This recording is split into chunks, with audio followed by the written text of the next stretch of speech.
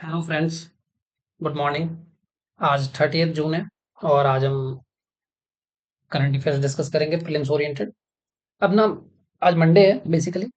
तो अगर आप देखो कि इस वीक से ना मैंने थोड़ा सा अलाइन किया है कि आपके कौन कौन से वीडियोज आएंगे। ठीक है ना। तो जीएस स्पेसिफिक ना जो वीडियोज हैं उसको मैं अभी अलाइन कर रहा हूँ, पर न्यूज़पेपर के सेगमेंट के रिगार्डिंग जो करंट अफेयर्स का जो प्रीलिम्स डिस्कशन है, एक तो ये जो न्यूज़ हम डिस्कस कर रहे हैं प्रीलिम्स ओरिएंटेड, ये न्यूज़ तो आएगा ही आएगा। ठीक है ना, प्रीलिम्स ओरिएंटेड न्यूज़ जो है। ठीक है ना, और ये मॉर्निंग के टाइम में आएगा, मतलब 9 से 10 बजे के बीच में ये अपलोड कर दिया जाएगा। ठीक है ना, हर रोज, मंडे टू सैटरडे। दूसरा, जो मेंस स्पेसिफिक जो हम न्यूज़पेपर के एडिटोरियल लिखते हैं ना, एडिटोरियल जो होता है उसको डिस्कस करते हैं। तो वो एक्चुअली हमारा बीच का ना लास्ट वीक का ना एडिटोरियल जो है वो रह जाए। लास्ट वीक एडिटोरियल डिस्कस मैंने किया ही नहीं है, डिस्कशन हुआ ही नहीं। ठीक है ना। तो एक तो ना आज से, मंडे से ना, आपको जो मेंस के जो डिस्कशन है ना वो भी आफ्टरनून तक, जब एक बार ना आफ्टरनून तक ये भी आपके पास जो है अपलोड हो जाएगा चैनल पे। तो आप मेंस और प्रीलिम्स ये वाले पॉइंट, ये जो है ना मेंस और प्रीलिम्स स्पेसिफिक न्यूज़, इसको तो आप आराम से देख सकते हो। ठीक है ना। सुबह तक ये कोशिश रहेगी कि मेंस और प्रीलिम्स दोनों एडिटोरियल जो है वो डिस्कस हो जाए। अब बात आती है कि जो लास्ट 15 दिन के जो है न्यूज़ रहते हैं वो, और प्रीलिम्स के अंदर ना जनवरी से मई का जो आर्टिकल है, ठीक है ना, वो तो वो मैं धीरे-धीरे ना, प्रीलिम्स स्पेसिफिक न्यूज़ है उसमें मैं जनवरी टू मई के जो पुराने आर्टिकल्स हैं या उसको, या मंथ स्पेसिफिक ऐसे वीडियो अपलोड करूँगा। तो एक वैसे प्लान चल रहा है। दूसरा, जो मेंस के जो आर्टिकल अभी जो एडिटोरियल रहता है ना, वो मैं क्या करूँगा, वो धीरे-धीरे जो करंट है, जैसे आज से 30th से जो आर्टिकल डिस्कस करना है वो तो करेंगे ही। साथ के साथ एक जो है ना पुराने, जैसे शायद 18th या 19th तक का डिस्कस है, तो बीच के 7-8 दिन के जो रहते हैं ना न्यूज़, जो इंपॉर्टेंट न्यूज़ है, तो वो मैं या तो अभी रेगुलर में डिस्कस कर लूँगा, या फिर उसके पुराने वीडियो जो है वो मैं डेट बाय डेट जो है वो अपडेट करा दूंगा। तो ये तो हो गया करंट अफेयर्स के रिगार्डिंग। एक अपना सीरीज जो है ना वो चल रहा था क्वांटिटेटिव एप्टीट्यूड का। तो इसके वीडियोस भी ना आपको इवनिंग टाइम में, ठीक है ना, इवनिंग में आपको इसके वीडियोस भी देखने को मिलेंगे। ठीक है ना, अभी मैथ्स सीरीज चल रहा है और क्वांटिटेटिव में, तो मैथ्स और शायद, ठीक है ना, मैथ्स में भी हम रेशियो एंड प्रोपोर्शन करना स्टार्ट किया था। ठीक है ना, बेसिक अर्थमेटिक से। तो अर्थमेटिक में रेशियो एंड प्रोपोर्शन का एक ही वीडियो आया है। तो अब ये रेगुलर आपको एक तो ना ये वीडियो मिलेगा। और मैंने आपको पहले जब ये पहला वीडियो शूट किया था तभी मैंने उसमें उस वीडियो में इन्फॉर्मेशन दिया था कि ये स्पेसिफिकली सीसेट वालों के लिए, या उनके लिए जिनका मैथ्स बहुत वीक है और वो एसएससी की तैयारी कर रहे हैं, बैंकिंग की तैयारी कर रहे हैं, या किसी और गवर्नमेंट एग्जाम की तैयारी कर रहे हैं। तो ये मैं अभी सिर्फ सीसेट ओरिएंटेड करा रहा हूँ। मतलब ये वो लोग देख सकते हैं जो एसएससी की तैयारी कर रहे हैं, बैंकिंग और दूसरे गवर्नमेंट एग्जाम्स की, पर उनका मैथ्स वीक है। अगर वो एडवांस स्टेज में जा चुके हैं तो ये उनके लिए उतना रिलेवेंट नहीं होगा, क्योंकि मैं सिर्फ बेसिक स्किल्स पे भी काम कर रहा हूँ। ठीक है ना। तो अभी जो मॉडरेट लेवल है और एडवांस लेवल है उसको मैं टच नहीं करूंगा, क्योंकि सीसेट ना बेसिकली क्लास 10th लेवल तक ही आता है। ठीक है ना। तो मैं सीसेट ओरिएंटेड ना मैथ्स, अभी क्वांटिटेटिव एप्टीट्यूड या जो है उसको करवाऊंगा। ठीक है ना। रीजनिंग में हालांकि फिर भी रीजनिंग में कोई बैरियर नहीं होगा जब मैं रीजनिंग करवाऊंगा अभी। तो एसएससी वाले भी देख सकते हैं, बैंकिंग वाले भी देख सकते हैं। पर अगर आपका वीक है ना मैथ्स, अगर आपको लगता है कि आपने 10th में मैथ 10th तक मैथ्स किया है, उसके बाद आप सीधा स्विच कर गए हो अपने 11 12th में ह्यूमैनिटीज में या फिर कॉमर्स बैकग्राउंड में, और आपने मैथ्स को जो है ना ये पूरा मैथ्स 2-3 साल आपने पढ़ाई नहीं की है और गैप आ गया है, तो आप बेसिक के लिए ये देख सकते हो। वो आपके क्या करेगा, कॉन्सेप्ट बिल्डिंग में हेल्प करेगा। ठीक है ना। चलते हैं डिस्कशन की तरफ। ठीक है ना। और मैंने बताया जीएस का जो है ना, जीएस को किस तरीके से अलाइन करना है, ठीक है ना, वो उसके ऊपर भी अभी काम चल रहा है। तो पहले तो ये 3 जो वीडियोस हैं वो एक बार रेगुलर हो जाए, फिर मैं जीएस को अलाइन करूंगा थोड़ा सा। चलो, तो आर्टिकल आज मंडे से स्टार्ट करते हैं डिस्कस करना।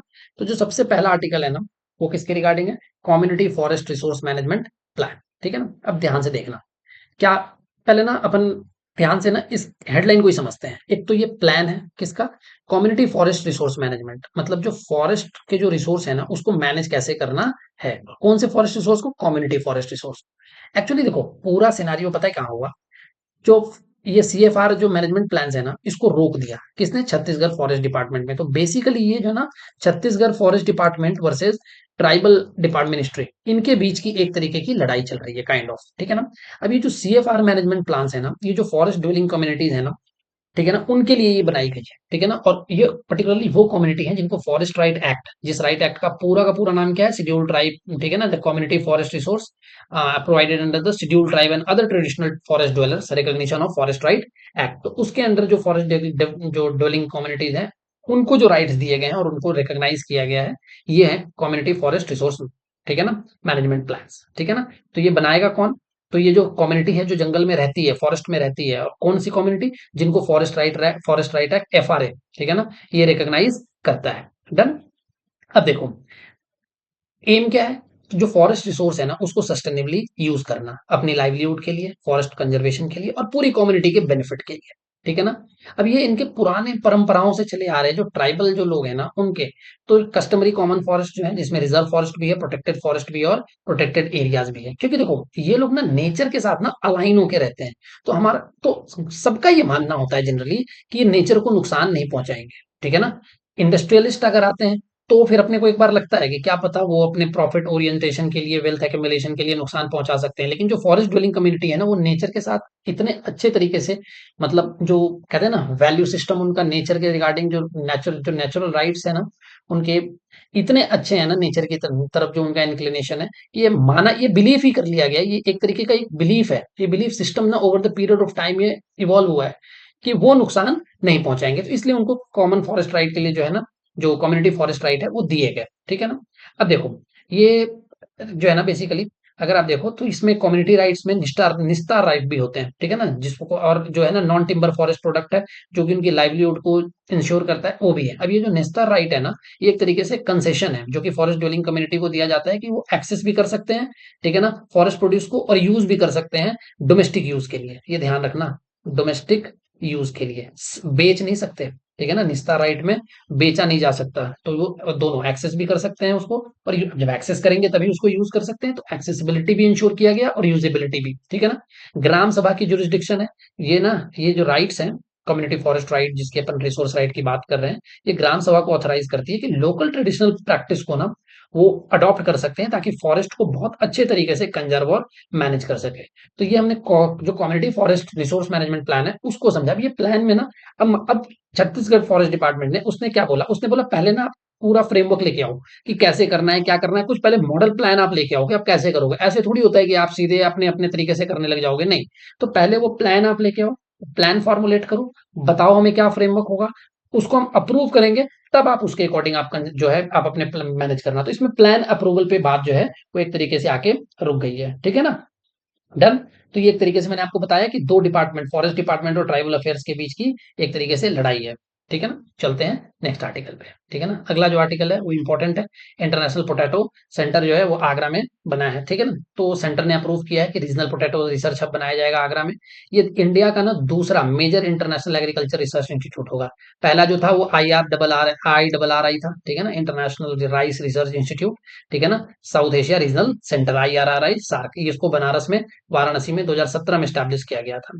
तो इससे होगा क्या? एक तो बूस्ट किया करेगा फूड और न्यूट्रिशन सिक्योरिटी, फार्मर की इनकम बढ़ेगी, जॉब क्रिएशन आएगा। जॉब क्रिएशन कैसे? पोटैटो की प्रोडक्शन बढ़ेगी, स्वीट पोटैटो की प्रोडक्टिविटी, पोस्ट हार्वेस्ट मैनेज किया जाएगा, वैल्यू एडिशन की जाएगी। तो ये सारे इसके ऑब्जेक्टिव हैं। ठीक है ना? उसके थ्रू जो है ये तीन चीजें करके जो है फूड और जो फार्मर की इनकम बढ़ाई जाएगी और जॉब क्रिएशन किया जाएगा। अब ध्यान से देखना, चाइना तो ग्लोबली लीड करता है पोटैटो प्रोडक्शन को, पर इंडिया सेकंड लार्जेस्ट प्रोड्यूसर भी है और कंज्यूमर भी है। ध्यान रखना, हम सबसे ज्यादा प्रोड्यूस करने में सेकंड नंबर पे हैं और सबसे ज्यादा कंज्यूम करने में भी सेकंड नंबर पे हैं, दोनों में। ठीक है ना? हम जो है ना 51.30 मिलियन टन 2020 में हमने जो है प्रोड्यूस किया है। चाइना लीड कर रहा है 78.24 मिलियन से। टॉप प्रोड्यूसिंग स्टेट देखो तो UP, followed by West Bengal, followed by Bihar, Gujarat, MP and Punjab. ध्यान रखना, ये यूपीएससी ऑलरेडी क्वेश्चन पूछ चुकी है हिस्ट्री में कि क्या पोटैटो इंडिया का नेटिव है क्या? तो नहीं, नेटिव नहीं है। पोर्तुगीज ट्रेडर जो आए थे इनिशियल 17th सेंचुरी में, वो इसको अपने साथ लेके आए थे। अब इंटरनेशनल पोटैटो सेंटर, जिसको CIP बोलते हैं ना, इसको 1971 में जो है स्टैब्लिश किया गया था, फाउंड किया गया था लीमा, पेरू में।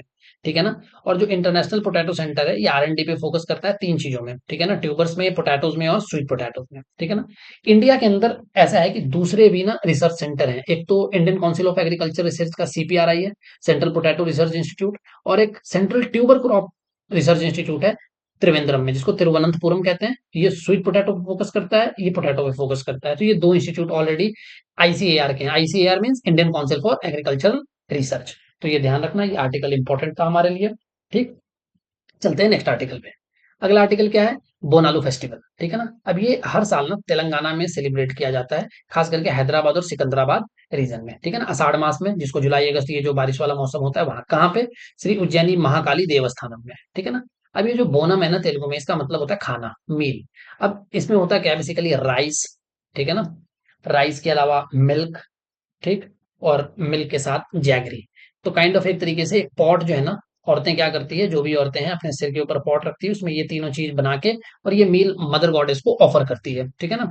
तो महाकाली को ये पूजा की जाती है, उनको डेडिकेट किया जाता है, तेलंगाना में हर साल सेलिब्रेट किया जाता है, ठीक है ना। और एक तरीके से जो उनकी जैसे औरतों ने कुछ मन्नत रखी और उनकी जो है ना वो पूरी हो गई, फुलफिलमेंट हुआ, तो उसके बाद माता को ये प्रसाद जो है थैंक्स गिविंग ऑफरिंग है, चढ़ाया जाता है, ठीक है ना। गॉडेस काली को अलग अलग नाम से वहां पे बुलाया जाता है, यलम्मा, पोचम्मा, पोलेरम्मा, मरम्मा, नोकलम्मा, ठीक है ना। तो ये सारे उनके माता माता जी के नाम है, ठीक है ना, महाकाली माता को। तो एक तो ये फेस्टिवल कहाँ का है, तो तेलंगाना का। तो ये इंपॉर्टेंट है, इस टाइप के क्वेश्चन आपको ना in general match the following UPSC में और जीपीएससी या स्टेट पीसीएस एग्जाम में डायरेक्ट पूछे जाते हैं, ठीक है ना।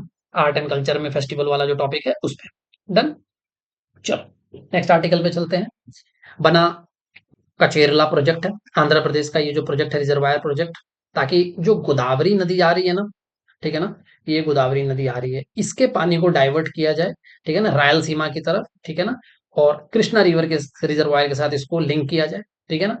तो ये क्या करेगी, गोदावरी रिवर को पेन्ना रिवर के साथ लिंक करेगी, कृष्णा रिवर को के थ्रू, ठीक है ना। अब रायलसीमा में ना बहुत ज्यादा सूखा पड़ता है, ड्रॉट प्रोन एरिया है, ठीक है ना, खास करके जो नंदयाल डिस्ट्रिक्ट है उसको फर्टाइल एग्रीकल्चर लैंड में ट्रांसफॉर्म करना है, ये मेन ऑब्जेक्टिव है। तो प्रोजेक्ट करेगी क्या, तो गोदावरी रिवर, ये गोदावरी रिवर है, ठीक है ना, आपको पता है सबसे ऊपर महानदी होती है, फिर गोदावरी, ठीक है ना, फिर कृष्णा, फिर कावेरी, ये सदर्न जो है ईस्टर्न फ्लोइंग रिवर्स है, ठीक।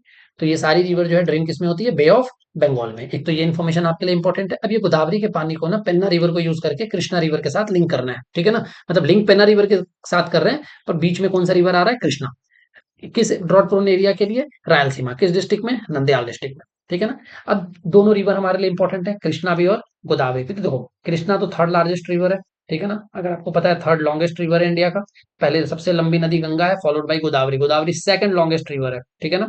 और इसलिए गोदावरी को दक्षिण गंगा भी बोलते हैं या वृद्ध गंगा, ओल्ड गंगा, ठीक है ना। अब ये त्र्यंबकेश्वर के पास से निकलती है, त्र्यंबक में, नासिक डिस्ट्रिक्ट में। और जो कौन सी, गोदावरी। और कृष्णा रिवर जो है ये अगर आप देखो तो ये महाबलेश्वर हिल्स में निकलती है महाराष्ट्र में, तो दोनों महाराष्ट्र में ही ओरिजिन है दोनों का, एक का त्र्यंबकेश्वर में, गोदावरी का त्र्यंबकेश्वर में है, और महाबलेश्वर में किसका है, कृष्णा रिवर का। डन। तो ये ध्यान रखना, ये थर्ड लार्ज लॉन्गेस्ट रिवर है, और गोदावरी जो है ये मतलब पेनिनसुलर इंडिया की सबसे बड़ी रिवर है, लेकिन वैसे ये सेकंड लॉन्गेस्ट है, ठीक है ना। चलो नेक्स्ट आर्टिकल पे चलते हैं। कुल्सी रिवर, ठीक है ना। अब कुल्सी रिवर को अगर आप देखो तो कुल्सी रिवर जो है ना मेघालय असम वाले एरिया में उस बॉर्डर पे है वहां पे, ठीक है ना। अब यहाँ पे ना डैम जो है ना बनाया जा रहा है, और उसके कारण ना वो 12 वेटलैंड को अफेक्ट करने जा रहा है, ठीक है ना। ये कुल्सी रिवर पे बन रहा है, जिसमें एक चंद जो एक वेटलैंड है जिसका नाम चंडूबी है, वो भी है, और ये वर्ल्ड का सबसे बड़ा फिफ्थ लार्जेस्ट टेक्टोनिक लेक है।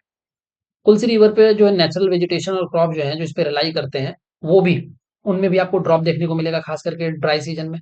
तो एक तरीके का ना प्रोटेस्ट भी हो रहा था वहां पे, खूब ज्यादा लोग में नाराजगी भी है। तो ये सारे रीजंस हैं, ठीक है ना। तो अब तुलसी रिवर के बारे में जानना है, एक तो ये ब्रह्मपुत्र रिवर की साउथ बैंक ट्रिब्यूटरी है जो कि वेस्ट खासी हिल मेघालय रेंज से निकलती है, ठीक है। अब तीन रिवर से मिलती है ये, क्री, कृष्णैया, ओमसिरी, ठीक है ना। तो ये तीनों रिवर काइंड ऑफ ट्रिब्यूटरी हो गई।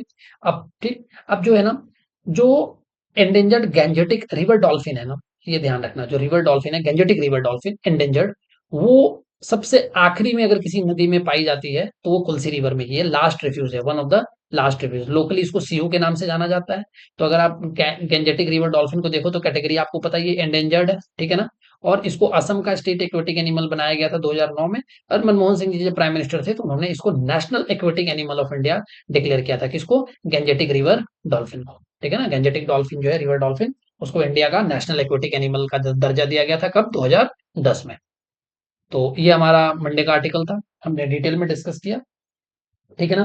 तो अभी अगर आप देखो तो एक तो ना मैंने आपको बताया है कि मेंस वाले जो आर्टिकल है ना वो हम अभी डिस्कस करेंगे। तो एक तो है ना प्रॉपर टाइम पे मॉर्निंग में 8:30 9 o'clock के अराउंड आपके पास प्रीलिम्स के आर्टिकल आ जाएंगे, और मतलब 10 o'clock, 10 मतलब 10 10:30 11 o'clock तक, मतलब 12 बजे से पहले पहले तक आपके पास जो मेंस के आर्टिकल है एडिटोरियल, वो भी मैं डिस्कस कर लिया करूंगा, ठीक। और इवनिंग में मैंने बताया एप्टीट्यूड और जीएस कैसे स्टार्ट करना है ना, उसको चैनलाइज करना है कैसे है, वो मैं अभी एक बार उसको प्लान आउट कर रहा हूँ। पर अभी एक बार हम न्यूज़पेपर करंट अफेयर्स और अपने सीसेट के साथ ना एक बार चैनल को, इस पे जो वीडियोस हैं उसको चैनल पे अब जो भी अपलोड करता हूँ मैं, ताकि आप अपने एक बार जो इनिशियल जर्नी है ना उसको आप सिंक्रोनाइज करो अपने प्रिपरेशन, ठीक है ना।